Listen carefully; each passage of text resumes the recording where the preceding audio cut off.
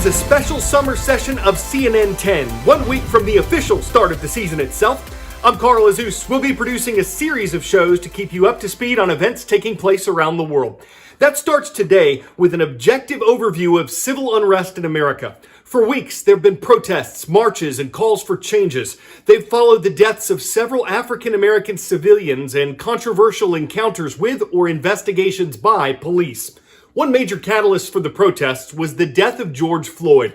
He was a 46-year-old African-American man who lived in Minneapolis, Minnesota, and he died after a white police officer knelt on Floyd's neck during his arrest for allegedly using counterfeit money to buy cigarettes. The officer involved has been charged with murder. In the days after Floyd's death, demonstrations flared up across the country, accusing police of excessive force and racism. Some of the protests have been peaceful, some have been violent. Civilians, city and state officials have pushed for modifications to police departments and the way officers do their jobs.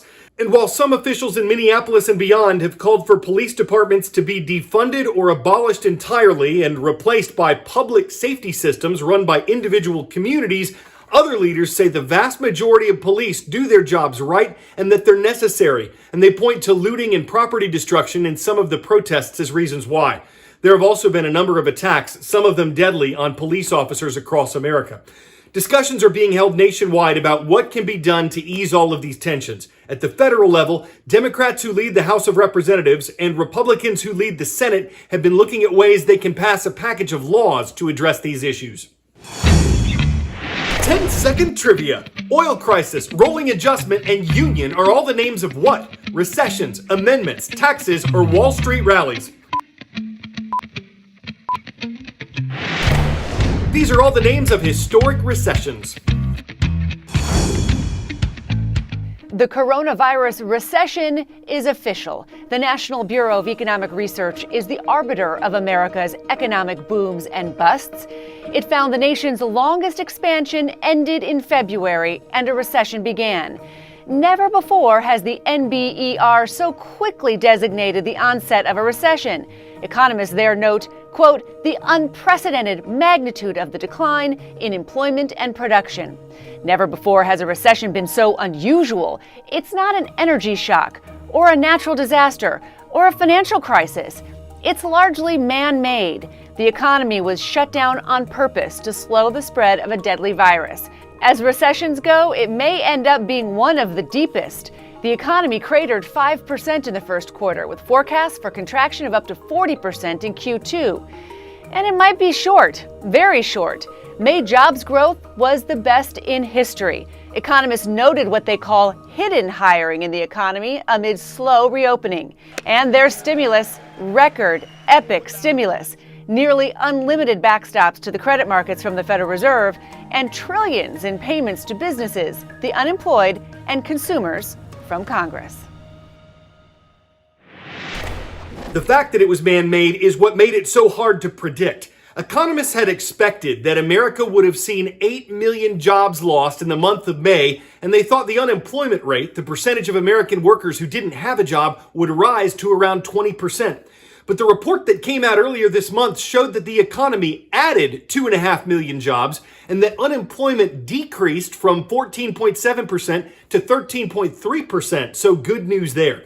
There's still a lot of uncertainty about the economy, just like there is about the coronavirus itself. The disease is still spreading, though at different rates in different places. The U.S. is still the country with the most confirmed cases, with more than 2 million of them, and more than 115,000 deaths blamed on COVID-19. There are still concerns about a possible second wave of the disease, but stores are reopening again. Americans are starting to travel again, and the efforts of heroes continue to help those in need. Bring it up, bring it up, bring it up. As food banks across the country are struggling to keep up with the increasing number of people needing food, while also facing supply and volunteer shortages, these CNN heroes are mobilizing to try and make sure those in need don't go hungry. We can do the pepper, a tablespoon. Catherine Couch is the founder of Ceres Community Project, an organization that engages youth volunteers to cook and deliver healthy meals to people facing cancer and other serious illnesses in Northern California.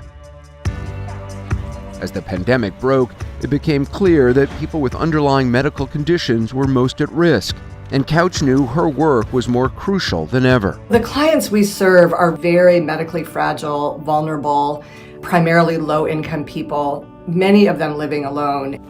And many of them have lost caregivers because of the pandemic. That population has the potential for the most complications and mortality if they get the illness. So it's really, really important that this population stays home and stays safe. I have serious food delivery. And also, we've been asked to serve people who are quarantining either with COVID or because they've been exposed. So she's expanded to help more people, doubling the number of meals she provides. Medically tailored meals are specifically tailored to the nutrient requirements of the client's illness. We are committed to 100% organic and sourcing as many things locally as we can. Our caring for one another is one of the most important things that we can do. That can go a long way right now to helping us get through this time. Welcome to Cafe Momentum. We have created our makeshift assembly line. CNN hero Chad Hauser has quickly reorganized his program to feed students left without food when schools were closed. CNN honored Chad for his Cafe Momentum, a nonprofit restaurant in downtown Dallas that provides employment, educational support, and career counseling to young people coming out of juvenile detention facilities. Today we're making meal kits for people that are in need of food. Amid the pandemic, he's temporarily closed the restaurant, and with the help of his program participants, he's turned the space into an emergency food distribution center. We start with canned goods. We get to shelf-stable fresh produce, sweet potatoes, new potatoes, zucchini, squash. We refocused the mission really by listening to the community, and we received a lot of calls from folks asking for help in specifically feeding food insecure students that were dependent upon school meals for their basic nutritional needs, and we're no longer going to be able to be afforded that opportunity because schools were closing, not just for spring break, but being suspended indefinitely amidst the pandemic. Stay safe, okay? We had a competition yesterday to see who could build 25 boxes the fastest. Who won, me or you? You did? The young men and young women that we serve are doing a tremendous job stepping up to the plate during this time of crisis. So many of these young men and young women have gone to the schools that the meals are going to. They've lived in the neighborhoods that the meals are going to. It's a full circle opportunity for them. An opportunity that ultimately furthers the mission. How does it feel to be making all these food boxes? It makes me feel like I'm actually a part of something, like I'm actually helping the community. It brings me back to Cafe, you know, and I get to see a lot of the old chefs. I was once on the other end, like where I needed food and everything to survive, so I just feel good that I'm able to now help people that need the help. Anything else you want to say? Hello, everybody.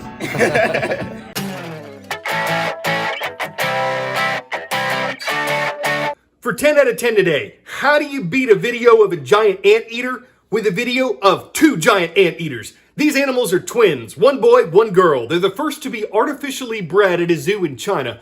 Bad news for ants, good news for the anteaters, who are considered to be a vulnerable species. They were placed onto their mother's back, where they typically hang out for a year while learning to hunt insects.